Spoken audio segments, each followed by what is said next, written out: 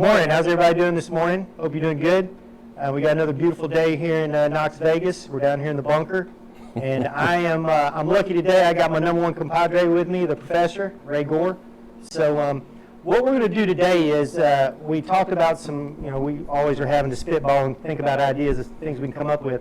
And in this case, what we thought about was, okay, you go out in the field and you connect the equipment up and you see a problem. What's the checklist you go through in your head? We keep talking about your two best tools are here and here, right? So it's you got to use your head a little bit and look at the site, and that's when you'll see some things. Look at the equipment. So it's what you're seeing and what you're thinking. And so if you go through this mental checklist, we want to start with the simplest things. Then, of course, it's going to get more complicated. But first, you want to make sure it's not the equipment and you have something connected incorrectly. Okay. So, but then once you get to that point, you eliminate that. Then you move on and say, okay, maybe there's got to be a problem with the site then because what I'm seeing is not correct. So that's what we're going to do today. Is we're just going to we have some different scenarios. One of them is, of course, if you get there and you don't get pulses, what's going on? And you think, well, it could be one or two things. It could be a lot of things if you start really at the basics and just go down your checklist. So that's what we want to do today. So the professor and I are going to go over that. We are still in the COVID series, and we're still in the COVID series, and we're still in the COVID series. There we are. So we're in the anytime I can make Chris Mullins jump around, it's a good day. So this is going to be a good day today. So we're still in the COVID series on the webinar. So we're actually, we've been asking y'all to send some stuff in. Send some stuff in to us because we've got lined up what we want to do next week. But if you had something that sounded good, we could definitely slide it in and move something out. It looks like what we're going to do is we're going to start up another one of our series where you can get the certificates, and we're going to start up another set of 4 of the classes. So we're going to go back into class mode. I think the PMX meter school classes are going to start back up. That's what we're looking at. So it'll be you go through the 4 of them, and then like we said, when you complete the 4, you get the certificate. So, but today we're doing, like I said, real error versus user error. All right, so here's what we're going to talk about today. We're going to do some troubleshooting. I mentioned, okay, I don't get a pulse. I've got everything hooked up, and I'm not getting a pulse. It starts simple, and it can get more complicated and more complicated and more complicated depending on the site, what kind of service you've got. I mean, a lot of that affects whether I'm getting good pulses or not. And we're going to do some troubleshooting with some CT cross-phase error, which you say, okay, well, it's cross-phase. Well, wait a minute now. So there's a lot of things you need to look at. I mean, it could be the connections you're making. It could be the site. So we're going to go through all that. And then last but not least, we're going to look at CT ratio errors. You get out there in the field and your ratio doesn't look good. What could it be? Ray gets calls like that all the time. I'm out here testing. Why is it showing 5% out? And so then we're going to go through that checklist again, the middle checklist. All right? So let's say that you go out there, you connect up, and you don't get any pulses. By the way, what we're going to use today is we're going to use we're going to go with a 5S. We've got a 5S meter here. We're going to use a Delta service on here, and that's what we're going to be using doing our testing and show the examples today. And everybody's sick of seeing 9S and Ys, so we thought we'd go with the 5S and the Delta. Okay. So I'm out there, and I go to run the test, and we can go ahead and start the test, right? All right, test. Go ahead and start the test. Let me put my old man glasses on here and get started. So we'll go number 3. 3. Right. Sweet. And 3. And we're going to do a customer load test. Yeah, well, stabilizing right now up in the far right over here. There you go. And then when it goes. Come on. Yeah, I don't have any voltage yet on there. There we go. Now we're ready to go. Nail it. And then let's go to customer load test. Okay, so I guess what we want to look here is let's verify the KT. So what does the KT say there on the nameplate, John? Does it say 1.0 kH? So we're good there, right? Now, all of these things, Ray's done this a bazillion times, so Ray kind of just says it, but that is important because how many times have I gotten phone calls rolling down the road and somebody saying, man, I'm getting these crazy numbers on there, because when you're setting a site up, if you don't put in the K sub T, it defaults to 1. So if you get ready to test a 9S meter and you didn't put in that K sub T when you set that site up, then you're going to get a bad test because it's supposed to be 1.8, but the machine's going to use 1. Exactly. So you can get off on that K sub T and can give you some jacked up readings. Okay, so let's go to next, F6. We're going to use 3 revs, right? Yes, so that's sir. what we're looking for. in 30 this seconds, test. 3 revs, Okay. exactly. So we're looking at everything wired up correctly here at this point. Looks right. Looks right. Yep. Okay. So let's move on. F6 next. All right. Pre-test status check. Yep. So we're expecting pulses here, correct? Yes, sir. And the bottom light will light up, and it will give us a tone, and in the bottom right-hand corner, it will say start test. So you can't start it until we get a good pulse. So we're out in the field, and this happens to us. We don't get a pulse. So where do we start? Where's the first place you'd start, Ray? Do we go back to the truck? Go to the next side. So what we want to do is we want to find out why we're not getting a pulse here. Yep, exactly. Okay. So do you want to go ahead and see why we're not getting a Yeah, pulse? Or I would start, if you start right here, let's start at the machine. Okay, let's start right here with our machine here and our connections. Okay. Wait, which way you verified? Okay, I'm sorry. Let me look at this. All right. Sorry, they've got an agenda set up for me. Okay, I know what I would do field. Okay, first is verify that the meter is in test mode. Okay, so now I've got a, where did I set that Elster? That Elster meter? Oh, here we go. right there. There's one Yeah, right there we there. go. That's it.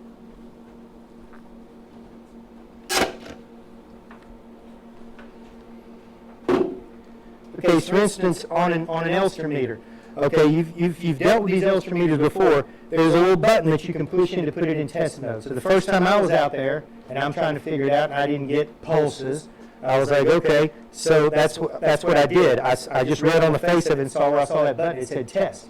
And I'll be honest, I'll tell you what I did. So I punched in the button.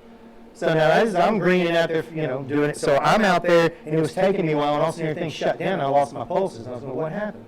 So then I really read and looked on the face of that meter, and it says you got to push in, get your little instrumentation screwdriver or something, or a knife, stick it in there. You got to turn it and lock it. And if you don't turn it and lock it, it'll time out on you. So if you don't do that, you're not going to get any pulses. So you got to make sure that the meter is in test mode, or you're not going to get the pulses out of that COM port, and so that we can actually pick them up off of our pickup. Okay. And number 2, so we're verifying that it's in test mode, and once we know that it's in test mode, this meter is in test mode, so we know the meter's in test mode. Also, sometimes on those Elster meters, you can actually bump them, and then they'll lock in test, but they'll time out like you were saying. So you actually have to bump them. That's right. Into test mode. So does the meter in infrared or visible light? I mean, you think that's simple, but it's not. If you're out there and you can see the pulses coming in the port on the face of it, if you can see the pulses, then you know it's visible light. You're not going to see the infrared. So that can also get you, because it's going to require a different pickup. So if you don't have the right pickup, if you don't have a visible light pickup, then you're not going to get any pulses on a visible light meter. So if I try to put an IR pickup and I had a visible light, it ain't going to work. Okay? So I got to make sure and differentiate between infrared or visible light. So do we make different pickups for that? Absolutely. Okay. Absolutely. We make a visible light pickup. We make all the different pickups, but if you don't have the right one, it ain't going to work. That's exactly. right. That's a I good hear point, you. Ray. Sure. So are the pulses coming from the COM port or hog nose? It's rare for me that I can say something that Ray hadn't heard before, and I told him that I heard guys call a COM port a hog nose. He hadn't heard it before? No. Yeah, that's a little victory for me. Okay, so is it coming out of the COM port or the faceplate? So on this meter, for example, we're hooked up right here. Here's the COM port right here. Usually it's they got this metal, like I said, hog nose, and that's why we have the magnetic pickup, so they can pop on the front of that COM port and grab onto it, so we don't get interference from light or anything coming in and hitting it. It covers it up. Okay. So this would be if it was here, but up here on the face up here, there might be a place up there on the face of a meter where it can also have the test. That's where you're supposed to pick up your pulses. That's why we have to have the different pickups. You got to have the flexibles. You got to have the different pickups. Okay. Verify connections to the meter. Definitely. So you got to make sure that I have all of my voltages connected correctly. And when you start getting into some of these crazy test switches, I mean, this one over here is nutty. I can just tell you that right now. You got it. The first time I started fooling with this, I had to stop and really look at it. Okay. So when you're looking at this, especially you get into these deltas and everything, you need to make sure you have your alligator clips for your voltages in the correct spot. Okay. So you need to make sure you're on here. You can see what we've done. This is a delta, so the way that Ray's connected this, he's over here on A phase, right, for his voltage. He's C phase over here for his voltage. But Ray connected his neutral and B phase right here on the neutral, okay? That's just a good general practice when you're dealing with these deltas. Which B phase is my reference point. Yes, sir. That's Okay. exactly right. And so you would even if it's whether it's B ground or just delta, it's just a good general practice to have both those connected right there. Okay. Okay. So then when those are connected, this looks right to us. So everything, if I look at this, and then of course you got to make sure on your duct bills. Okay, make sure you got your duct bills in there correctly. Okay. So here it's just A and C. You see just my red and blue.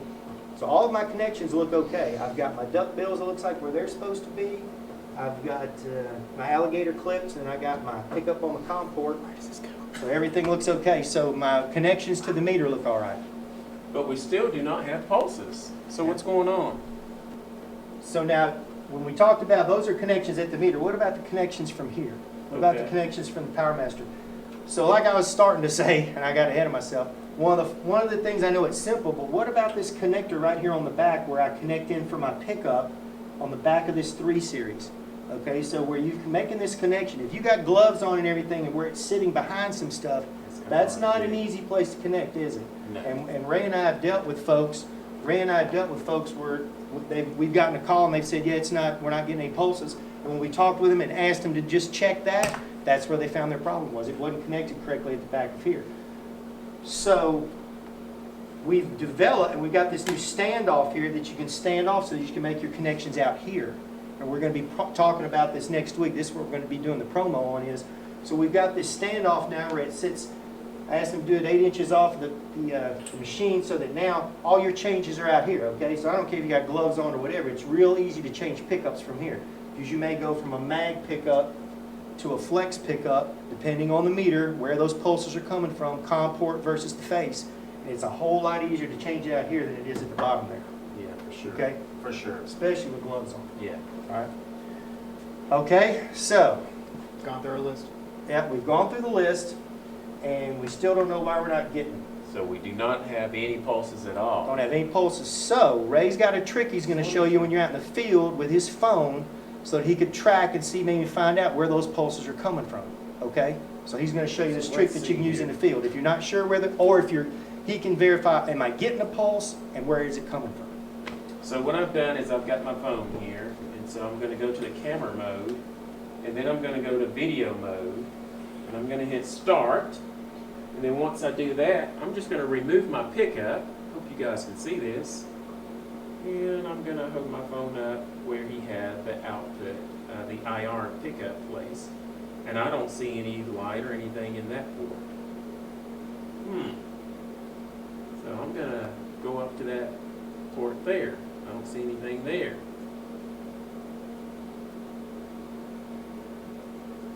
There's a problem here. And not only that, look at there.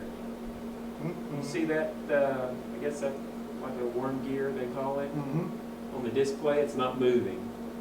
So, I hope you noticed that. When Ray uses the trick to look for that, while he's there, while you got the camera there, it blows everything up on the screen. He noticed the worm wasn't moving. So I'm not getting any pulses. So I really, now if he had used that and he was getting a pulse out of either one of these, it would have detected and he would have seen it on his phone on the camera, right? So if it was coming out the face here, he would have seen a pulse coming out of there and he'd have said, oh, wait a minute, it's not coming out of the COM port, it's coming out of my face. So I'm going to have to get a different pickup so that I can pick that up. But he didn't get anything, okay? But here's what, so we know it's something more serious than that, right? I literally don't have any pickup, no pulses at all. So I know that's where the problem, I've got no pulses. It's not that I'm at the wrong spot. Ray's little trick will help you to find the wrong spot. But when Ray looked, he didn't see anything anywhere. So I have no pulses anywhere. So this would probably be a good time for us to take a look at some other, you got hot screens off the side of that 3 series. So maybe we need to take a look at some stuff and see what's going on. So you want the power table or do you want the vectors? Just go for it. All right, buddy, let's look at the vectors. How about that? Yes, sir. Well, guess what? We're not going to get anything because there's no pulses. That's right. So what we need to do is we're going to have to hit previous, That's right. get out of it, and one more time, and then hit the vectors. There you go.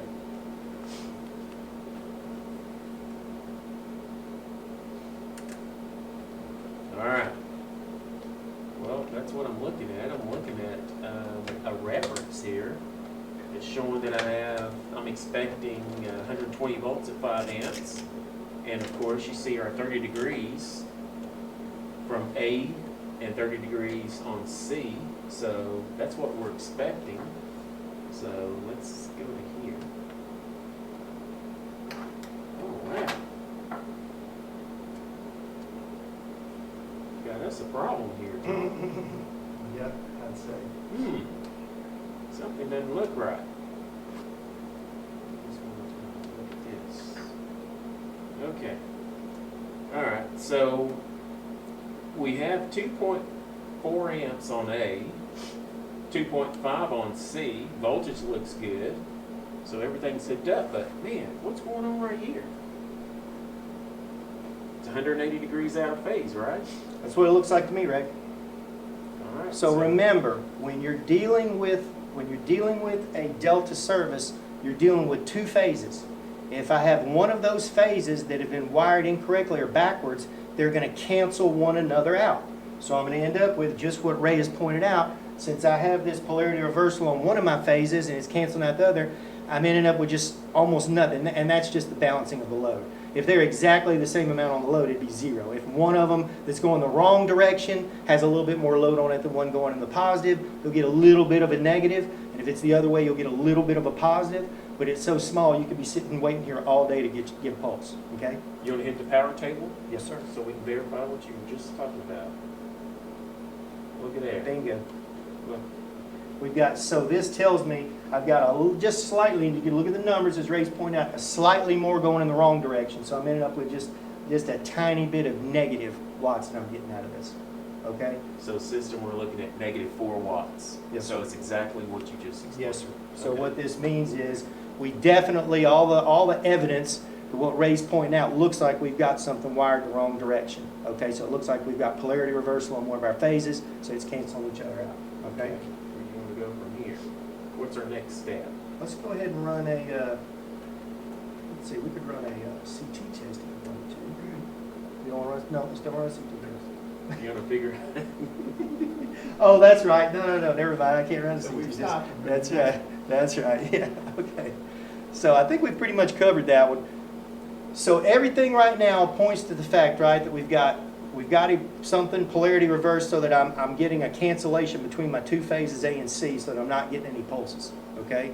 So, and I guess this is where I ask, because this is the test bench and the training bench. So is that way, that's what you set up, right?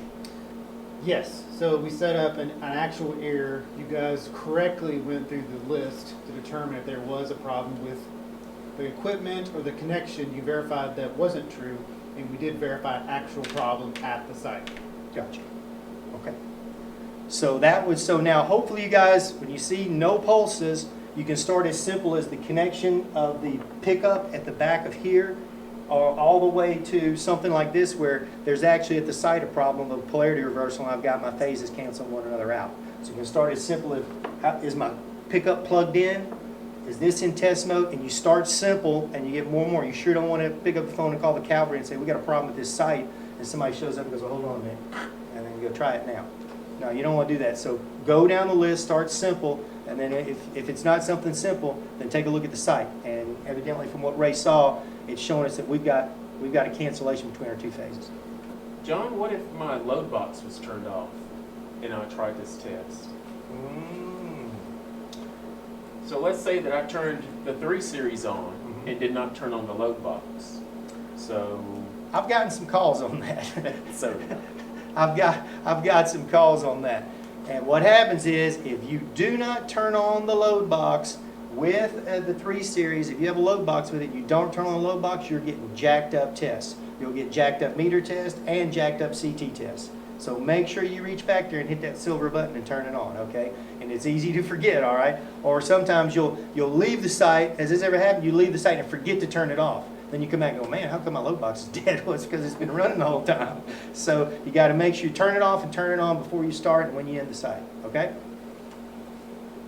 Okay, so now we're going to do a CT test, phase error. okay?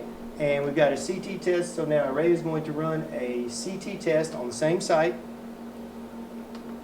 So we're still using our 5S meter, okay? So we've got our, you can see over here we're on A and C phases. We're on A. We're just on A and C phases, right? So you can see we're here, A and C, A and C, and here on our connections. Remember, we're A and C on our voltages over here, A and C on our currents right here. So everything's A and C. So that's our connections, okay? But it gives me a possible cross phase connection. When you run. Yeah, when we run the test. When we run, let's hit start test. F6. Do a burden ratio test, right? Sweet. Okay. Again, we're verifying to make sure everything's wired up correctly. And remember, when Ray's looking at that screen, he's making sure he's verifying. It's not interactive. If he pulled out a duck bill, it wouldn't change from green to black or whatever. No, it doesn't. All it's showing you is the correct place to make the connections. It's not interactive. It's just telling you for the service and service type you've chosen, that's where you're supposed to make your connections. Okay? Next step. Next. All right. Waiting for test.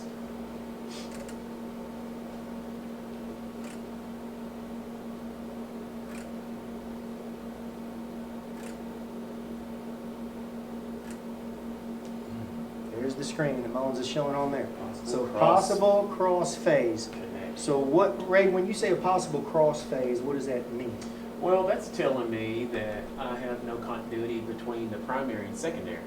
So I'm going to start thinking, I'm going to start looking in the test can, and I'm going to start looking to make sure everything is where it should be, with A, and with B, with C, with C. That's exactly right. So Ray, if I had swapped my duck bills and had them wrong, that's what would happen, right? Yeah, I would do exactly. a cross phase. If I had C and A and C, then that would be, now, unless we've got the nice colors on there, so it's kind of hard to mess it up. But if you did, that's exactly what would happen. What it's thinking is something that's supposed to be connected, just Ray said it perfect, continuity down C between primary and secondary all the way down through this meter in the test kit. It should be AA and CC, but it's telling me I got AC and I got A and C are mixed up here. So something's cross-phased on something. So yeah, so that's why it's telling me that. So my flow now to exactly what Ray said, A and C now is wrong. Okay? All right, cool. so F1.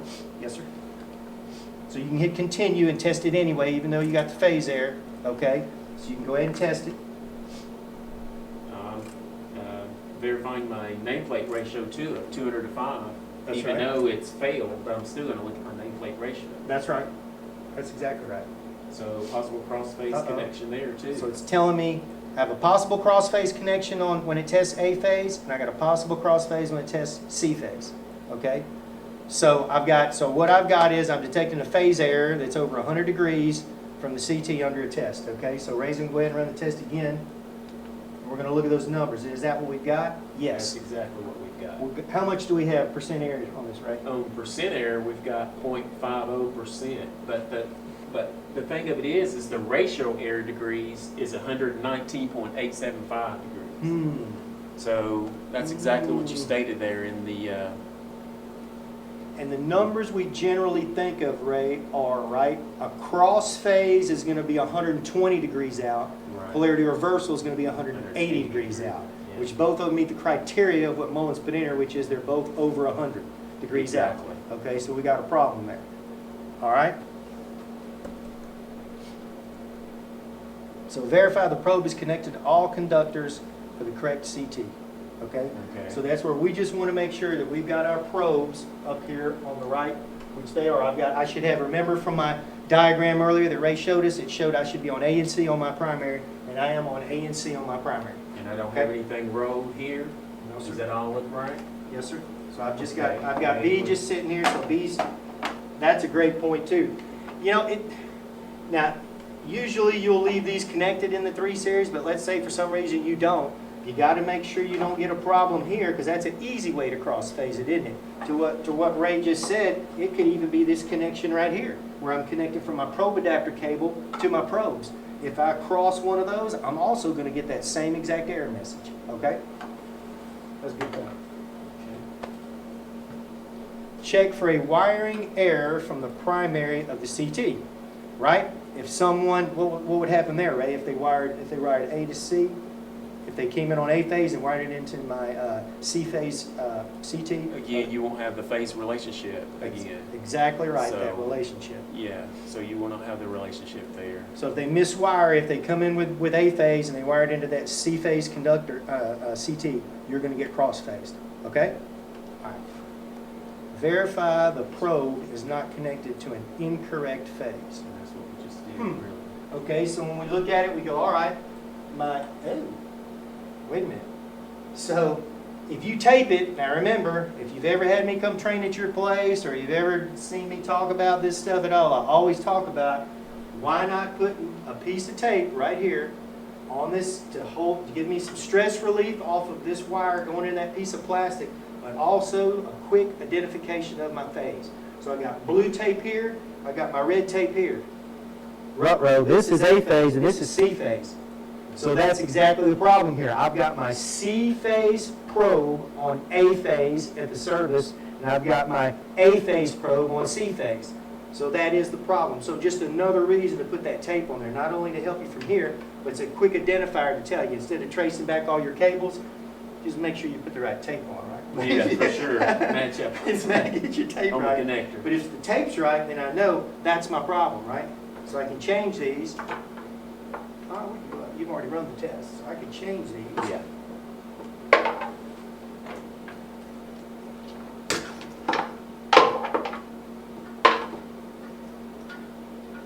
Another good thing too, John, is when you use those probes and you're inside of a transformer and you see something like this happens, the only thing you have to do is open up the transformer door and verify the tape that he was just talking about. The marking tape's what I call it. Yep, that's exactly right. So now I have A phase, I got my A phase probe on A phase at the service, and I've got the producer in the back is waiting there, sorry. And so then I've got my C phase probe on my C phase, right, CT. So let's try retesting All right, again. let's right? retest. So we're going to retest all instead of retest just that one, right? Yes, sir. Because that's what that means. So we're going to go to retest all, F2. But exactly what Ray said, if he just hit retest, it would just retest the phase with a gold box around it. Yeah.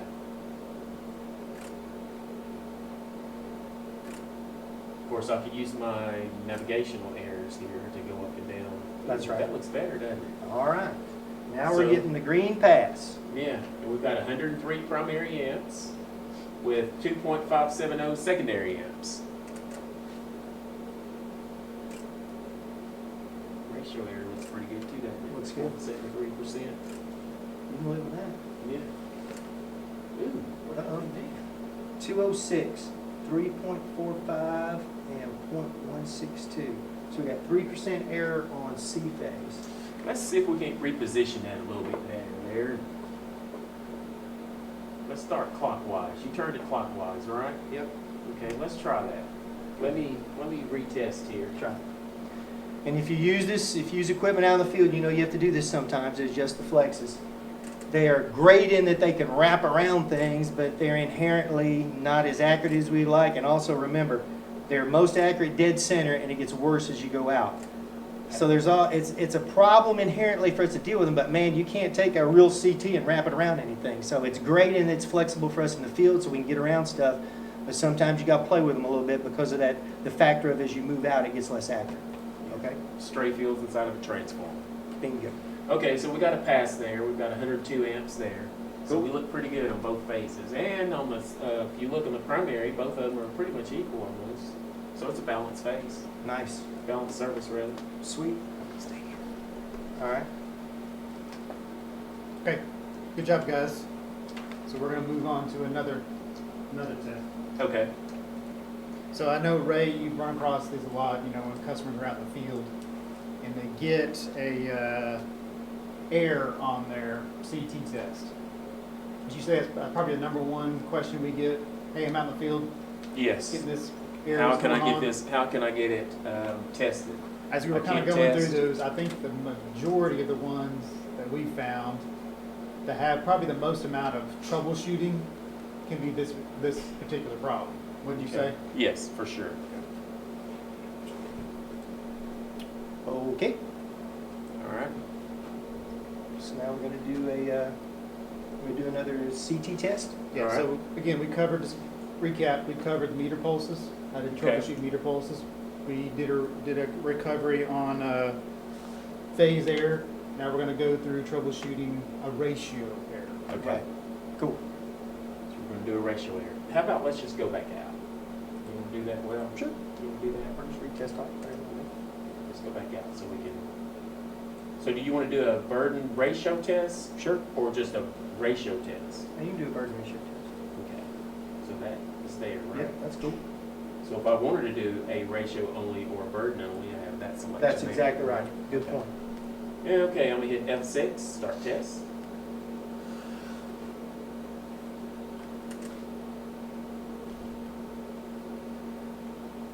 Alright, I'm looking, everything looks good. Next test.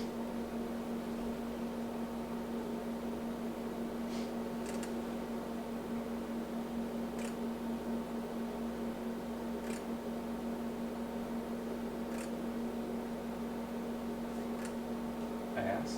Good deal.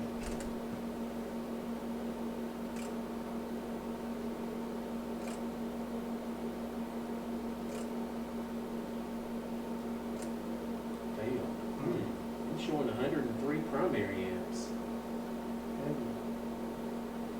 Phase errors at 0.088 degrees with a ratio error of 6.06%. So you're out in the field, you run your test, your ratio test on this Delta service. I'm testing A and C CTs. A tests fine, and all of a sudden I look at C and it's way out. So what is the checklist that starts going through my head of what the problem could be? So I'm thinking, okay, if I've got an error over that, I need to make sure that the shunt switch is closed in, okay? Because if right over here, yeah, if I leave one of my shunt blades open, right, and try and run the test, I'm gonna have serious problems. I will tell you that one of the giveaways of that early on though is if you just test the CTs, you won't see it. But if you do an IST, an integrated site test, when it gets ready to show the vectors are going to be all jacked up. Okay, your vectors will be bouncing all over the place. If you leave that shunt blade open, when you open it, you put your duct bill in, and you're getting everything straight, and you forget to close them in. The very first time that I ever used a Powermaster out in the field, y'all know my story, I got thrown out there because of circumstances before I was, anyway. So that's what I did. I hooked everything up and I thought I was totally cool and I didn't close the dadgum shunts in and I hit the button and I'm like, what could be this, you know? So I've been doing in this industry a long time. I started tracing, well, if I...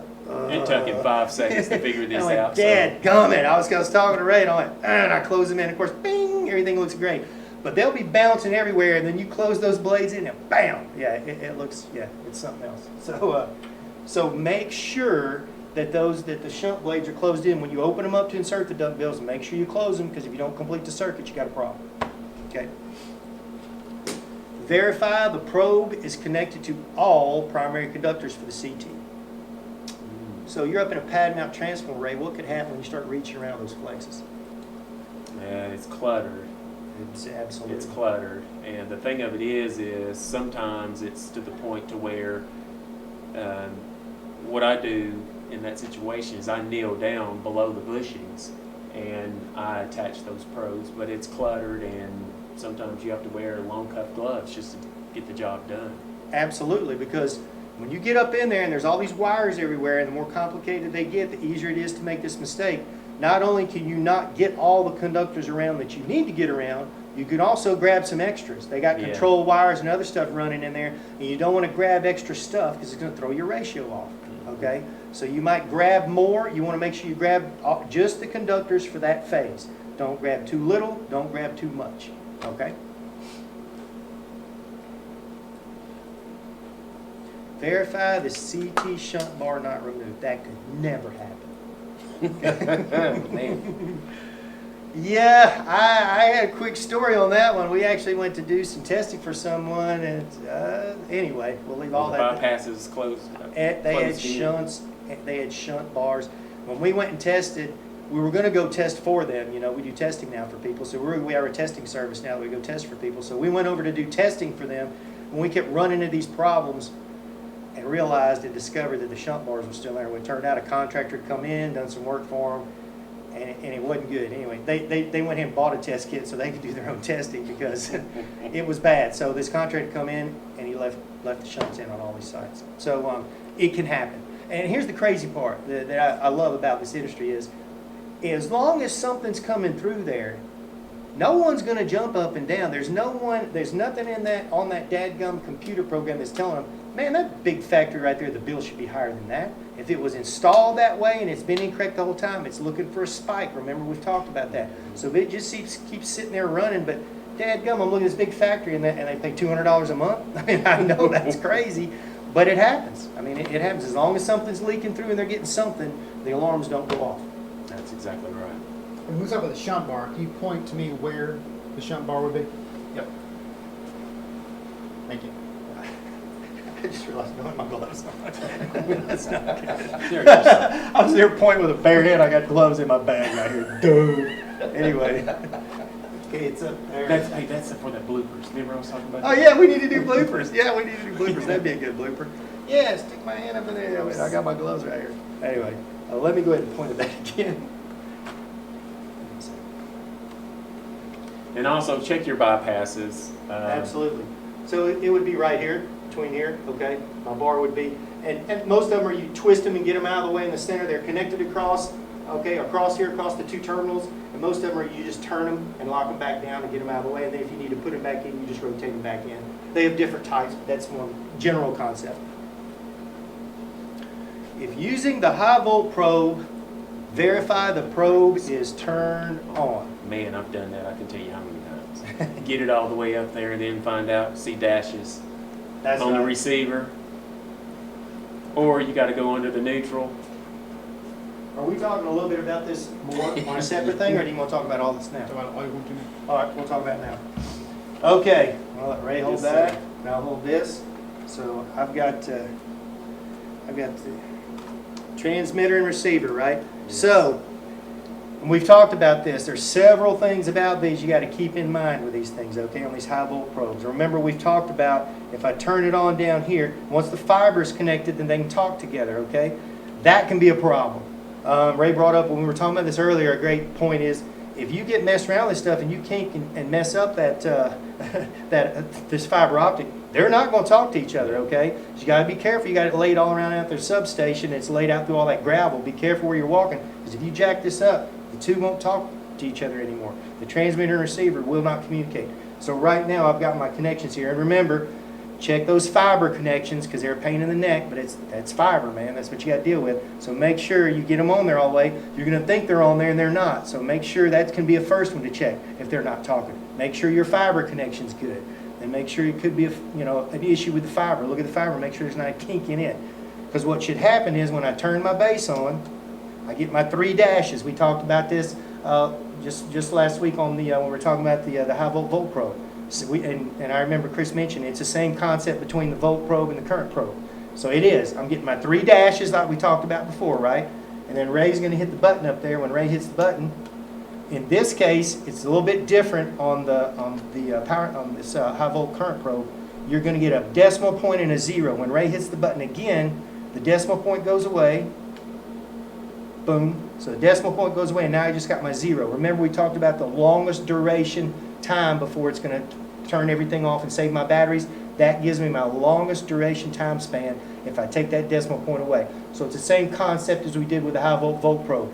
You hit it one time at the base to get my 3 dashes, then you just hit that button once and then hit it again, and that's my longest duration time before it shuts everything off to save these 9-volt batteries in here. You got 9 minutes and 48 seconds. I've timed it several times. Nice. I asked the other day what it was, and I wanted a ballpark number. That's 9 minutes and 48 seconds. Wow. So when it gets to 47, look out, it's coming. So, Took it back. okay, so here's the other thing. These you got to make sure you got these batteries in here. See, there's 2 places for the batteries. Okay, so I can tell you personal experience down in Mexico testing. I've seen this happen. If you're out there testing and you start getting some crazy numbers again, big numbers for a ratio error, 6, 8, 9, 10%. What's that about? It could be the battery.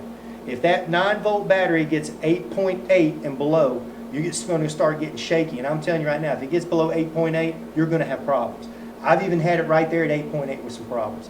So we got out and tested the batteries down there, and sure enough, we had to run to the store and grab some batteries. So if you look in my case for my HighVolt probe, I got about 4 9-volt batteries in there sitting there for spares. I would recommend have extra batteries around because it will jack you up if those batteries get below 8.8 volts. Okay? That's good.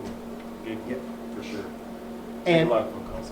oh yeah, we get phone calls on that one, don't we? Yeah. Another thing, while we're just talking about, we're talking about, you know, since Mo and Termy used to talk about this, you wouldn't mind holding that Yes, right sir. there, is also you got to be careful when you start getting some ratio errors about how you actually use this thing, okay? And as in, these lines right here, below the lines is the sweet spot, okay? And Ray says this all the time, and that's why Ray recommends you get a 90-degree angle when you insert it onto the conductor like this, okay? Because if you start getting some funny angles, it's going to affect where it lays in here, and if you get outside of that box right there, it also, the accuracy gets worse. So you want to, and another trick that I always tell guys, bottom it out. Yeah. Always just, if you bottom out the conductor down here, then you know you're going to be okay, okay? But if you start just playing around up there, and you don't have it all the way in here and inside that box, you can also get some higher ratio errors than that's correct. They're not going to be correct, they're going to be too high. Now, another thing, and Ray pointed this out, which is when we were talking about this, is you get up in crowded stuff. You've heard me talk about that. You've got vertical, I've got PTs, CTs, and just everything's vertical coming off that pole. And if you try and cram this up in there, you might think you're okay here. If you just touch one of those tips on another conductor over there, you're definitely going to start getting phase angle errors because it's picking up off of another phase. So you're going to get a phase angle error, and it's a pain in the neck, and it always happens when it's scalding hot and it's towards the end of the day, and you walk up there and you go, oh, that's nice. Remember what we said in the last one about the HighVolt Volt Pro. Find a jumper or get out on that line. All I want to see is the primary current going in there. Okay, that's all I'm looking for. Primary current with this one, primary voltage with the Voltage Pro. And I don't have to get right up in the middle of everything. I can come out there on a jumper, or I can get out on the main primary line and use this so I'm not cramming it up in there and giving myself some error messages just because I'm trying to cram it between some phases. Stay away from PT jumpers too, because you can pull them apart. That's right.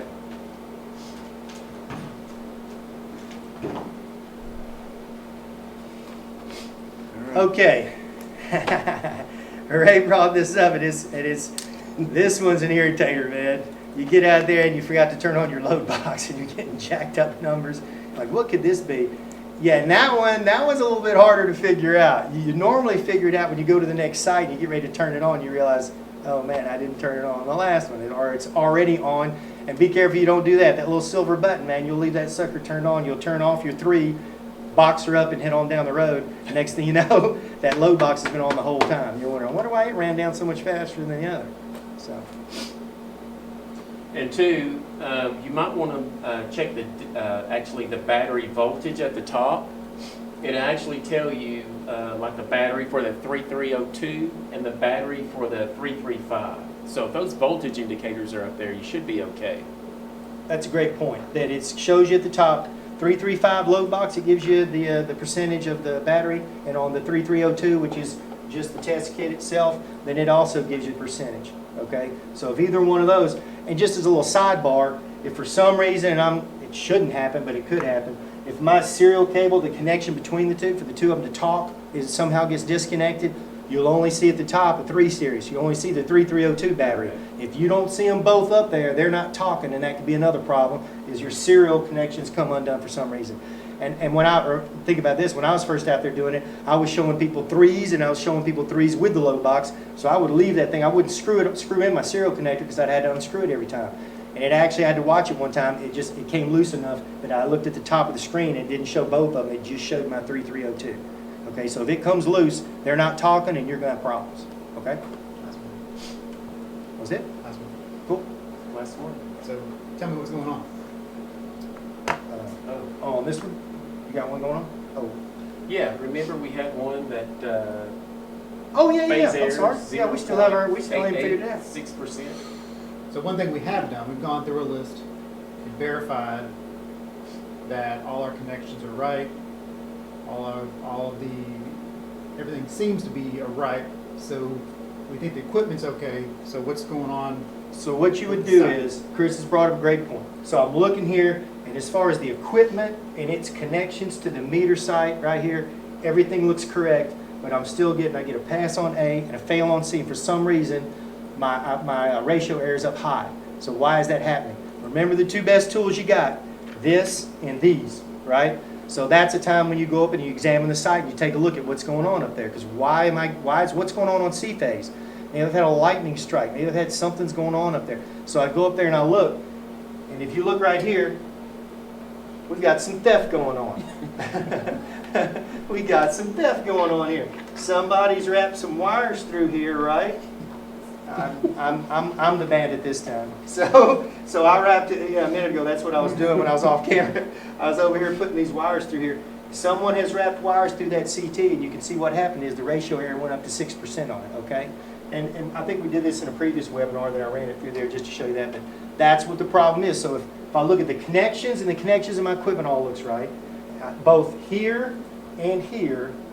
And then both of these look okay. Okay, my flexes are both all right. Because remember, I had the problem there before, so they're all correct now. If I still got a problem, get up, look at those CTs. Okay, check those CTs out. And if you went up there and looked, you would have found we got somebody trying to get some free power.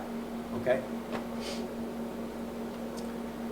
So we've gone through some meter issues. If you don't get pulses at the meter and you got that checklist, you go through your head and you start thinking, I'm starting all the way from. I'm looking at connections, what mode it's in, where am I supposed to be picking up my pulses and all that. So you go through that checklist in your head, simple to more complicated. More complicated being someone is actually at the site running my conductors the wrong way. Okay, and then we looked at CTs and we looked at when we had cross-phasing on the CTs. Okay, but cross-phasing can occur at the equipment and up there at the site. So you may have a cable connected and causing the cross-phase, okay? Or the duct bills, or there's a lot of other things. But then it could also literally be at the site they've got something wired incorrectly, okay? And then we looked at the CT error. We had a little theft going on, okay, with CTs. So hopefully this helps you guys to get a mental checklist in your head.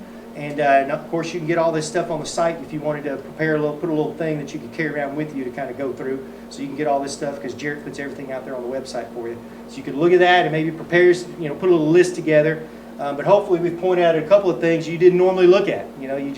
I got an error and I'm not sure. Hopefully we've added a couple of items to your mental checklist today so that you'll use them and maybe find out what's going wrong, okay, out there at the site. So remember, we're doing the 3 Series promo, and we're going to announce another promo about these little jewels, which I think you can see are pretty darn handy, okay, yeah, to make. Those. Yeah. And so you get the 3 food flexes with the 3 Series, and then we're going to be talking about a promo about our new little deal right here next week. And we sure appreciate all you guys tuning in. And before I leave, you know what I'm going to do. So I'm going to say a quick prayer. And but thank y'all so much for tuning in. And hopefully we gave you some more stuff, because you know what it's all about for us in the Powermetrix family. Doing our job better, but more importantly, safer. Okay, so we just want everybody making it home. Okay? Lord, thank you so much for this day, a day for us to learn our jobs, to do them better, but more importantly, Father, we just want people making it home right now. When you're hearing about, if you can't even turn on the TV about hearing death tolls and death rates, this business that we're in is inherently dangerous, so we just want all the men and women making it home safely and doing their jobs correctly. So anything that we can do here, we hope it's helped folks. But Father, we look out there and we see what's going on in this country, and all I can say is this is a chance for us as Christians to stand up and show what we stand for, to be a light in the midst of darkness that's trying to come over this country right now. And it's just people with bad thoughts and they've got bad intentions on their mind. And Father, right now all we need to do is reach out to people in love right now. We need to listen to folks. We need to listen to other people's problems instead of just wondering about our own all the time. Listen to people, Father. Listen to them. And if we'll listen to people, then we can be that light to them. We can be that salt and light to them. So Father, thank you so much for this opportunity. I know it's bad times, but hopefully more people will turn to you, because that's where the real answers are. So all of these things I say and ask according to the will of the one who paid it all, my brother, Jesus Christ. Amen. Thank y'all again. See you next week.